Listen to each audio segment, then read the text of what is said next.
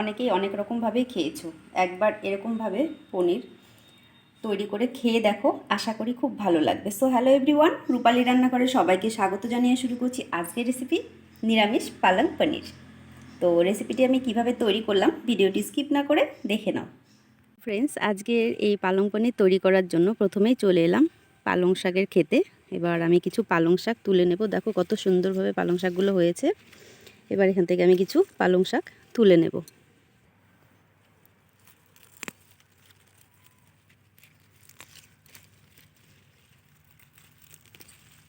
দেখো পালং শাক তুলে নিলাম।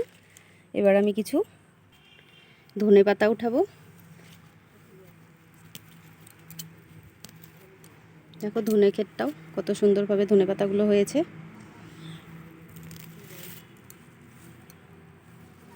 কিছু ধনে পাতাও তুলে নিচ্ছি। পালং শাকগুলো খুব ভালোভাবে আমি বেছে নিলাম। এবার ধুয়ে নেব, ভালোভাবে ধুয়ে কেটে নেব।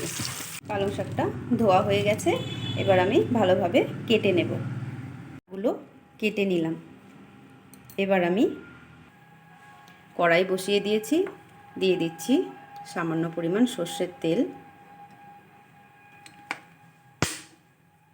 এবার দিয়ে দেব গোলমরিচ, শাহমরিচ, এলাচ, দারচিনি, লং আর গোটা জিরা। এক্ষেত্রে গ্যাসের স্টিম একদম লো রাখতে হবে।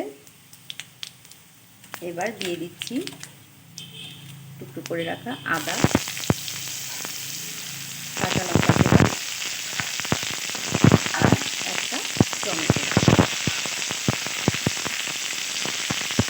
এবার একটু ভেজে নেব। মশলার এই টমেটোগুলো মোটামুটি গলে গেছে আর ভাজাও হয়ে গেছে। এবার আমি এতে অ্যাড করে দিচ্ছি কেটে রাখা পালং শাক।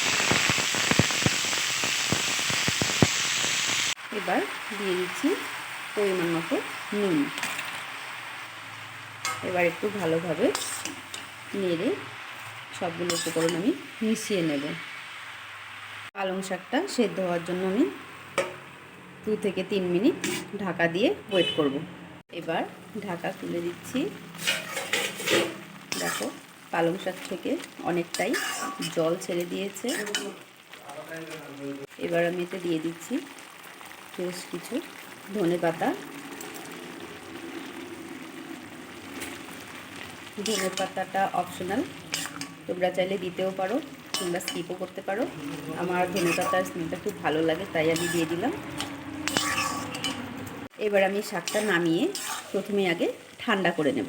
এটা নামিয়ে নিলাম। এবার ভালোভাবে ঠান্ডা করে আমি মিক্সার জারে দিয়ে দেব। মিক্সিতে করে দেখো আমি সব পেস্ট করে নিলাম। পেস্টটা খুব ভালোভাবেই মিহি হয়েছে, কোনো কিছুই দানা দানা নেই। এবার কড়াইটা ভালোভাবে ধুয়ে আবারও আমি গ্যাস উনুনের উপর বসিয়ে দিয়েছি। দিয়ে দিচ্ছি তেল। এবার কেটে রাখা পনিরগুলো হালকা ভেজে নেব।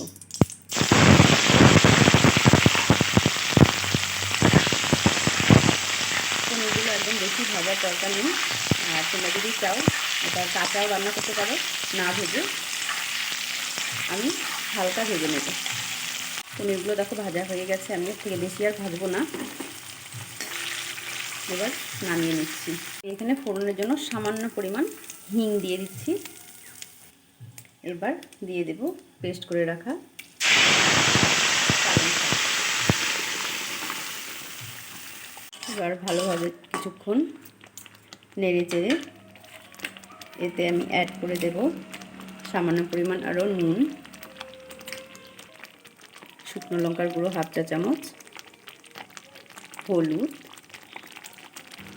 আর 1/2 চা চামচ চিনি। চিনিটা কিন্তু এই রান্নায় দিতেই হবে, যেহেতু এটা নিরামিষ রান্না, স্বাদটাকে ব্যালেন্স করার জন্য। এবার মশলা জারটা ধুয়ে আমি কিছুটা পরিমাণ এতে জল অ্যাড করে দিচ্ছি। এখানে পালং শাকটা ফুটতে শুরু হয়ে গেছে। এবার আমি এতে অ্যাড করে দিচ্ছি ভেজে রাখা পনির। এবার ভালোভাবে একটু নেড়ে চেড়ে 2 থেকে 3 মিনিটের জন্য ঢাকা দিয়ে দেব, যাতে পনিরের মধ্যে গ্রেভিটা ভালোভাবে ঢোকে। ঢাকাটা খুলে দেব, দিয়ে ভালোভাবে একটু কিছুক্ষণ নেড়ে নেব। পালং পনির প্রায় তৈরি হয়েই গেছে। এবার আমি কিছুটা পরিমাণ গুঁড়ো গরম মশলা ছড়িয়ে দিচ্ছি, দিয়ে আবার একটু ভালোভাবে নাড়াচাড়া করে মিশিয়ে নেব। 2 চামচ পরিমাণ ফ্রেশ ক্রিম দিয়ে নিচ্ছি। তোমরা চাইলে এতে দুধের সরও ইউজ করতে পারো। এবার ভালোভাবে মিশিয়ে নেব। তো ফ্রেন্ডস, তোমরা কে কোথা থেকে আমার এই রেসিপি দেখছো অবশ্যই জানাবে, আর যদি ভালো লাগে তোমরাও একবার বাড়িতে ট্রাই করে দেখো, আশা করি ভালো লাগবে। ফ্রেন্ডস, আজকের নিরামিষ পালং পনির তৈরি হয়ে গেছে। দেখো আমি সার্ভ করে নিয়েছি। রেসিপিটি তোমাদের কেমন লাগলো অবশ্যই জানাবে, আর ভালো লাগলে লাইক কমেন্ট শেয়ার করে অন্যদেরকেও দেখার সুযোগ করে দেবে। আর এরকম নিত্য নতুন রান্নার রেসিপি দেখতে চাইলে আমার চ্যানেলটিকে সাবস্ক্রাইব ও ফলো করে দিও। আজকের মতো এই পর্যন্তই। নেক্সট কোনো দিন অন্য কোনো রেসিপি নিয়ে তোমাদের সামনে হাজির হব। সবাই সুস্থ থেকো, ভালো থেকো। নমস্কার।